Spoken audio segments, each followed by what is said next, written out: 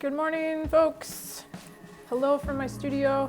I have been painting. I haven't done a favorite things in a very long time, and I wanted to talk a bit about brushes. Other than your materials that you're going to paint on, canvas, panels, wood, paper, or paint, which is expensive, brushes are probably my most expensive investment as an artist.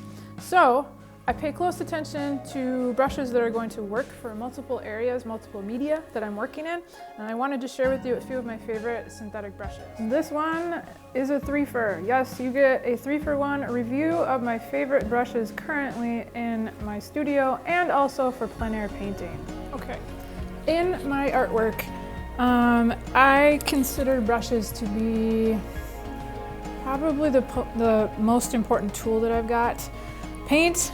It's kind of expensive when you start buying artist grade paint, but you get over that shock because you realize how much farther your paint goes when you're buying high quality stuff. Brushes are what kind of make or break applying that paint onto whatever surface. I am an oil painter, but I also work in acrylic, watercolor, and casein really regularly. I go back and forth between acrylic and oil the most frequently, so I need brushes that can handle that. A quick note, right here, in oil paint, typically at the beginning of the painting, you use bristle brushes. This is a Rhenish round bristle, and when I oil paint, I am using water-mixable oil. So I'm not using traditional solvents, Gamsol, terps, terpenoid. I don't want those in my studio. I don't want to be exposed to them because I plan to be painting for a very long time. So I have committed my studio to using water mixable oils, but this is what happens to a traditional bristle when you're using it in water. This is a hog bristle, and the bristles just splay apart and they won't apply pigment. This is a round and it's old and beat up, but it won't come to a point either. Let's chat about some different brushes that are synthetic, that are actually designed to work with water media. The first one I'm going to talk about I've been using for about 3 years, and it is this guy. This is a flat, a number 6 flat. That's just the size of the brush head. This is a Catalyst. It's a Princeton Brush Company, and this is their polytip bristle. So this one behaves very similarly to a traditional bristle without the pesky falling apart in water. This I can use over and over and over, and the bristle integrity remains constant. The only thing that happens is as you use them, they get really beat up and worn out. All right. Next one for you. This is a Gray Matters by Jack Richardson. This one's for acrylics. They also have oil and watercolor. This one I use more like a sable. Here is the brush head. This one is a flat. This is a number 4. The sables are what you would use for details as you get closer to the end of your painting. You're not applying huge amounts of paint. The bristle brushes are to move around big blobs of paint.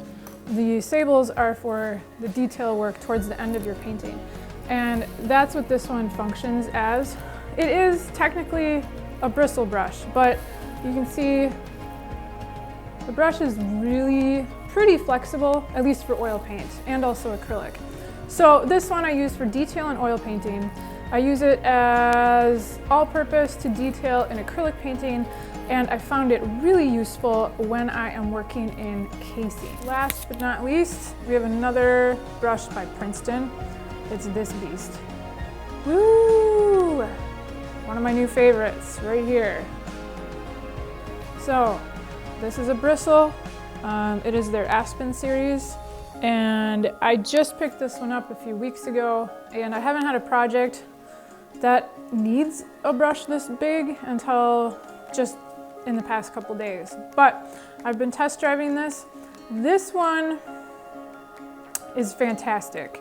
I'm trying to think how best to describe it. Probably it's somewhere in between the Catalyst, this guy, and the Gray Matters. It is a bit more stiff. It doesn't have as much splay. It is also brand new, but it holds up really, really well to canvas. And the painting behind me is what I was using this guy on. This is a really rough textured canvas. It has a couple, 3 layers of gesso.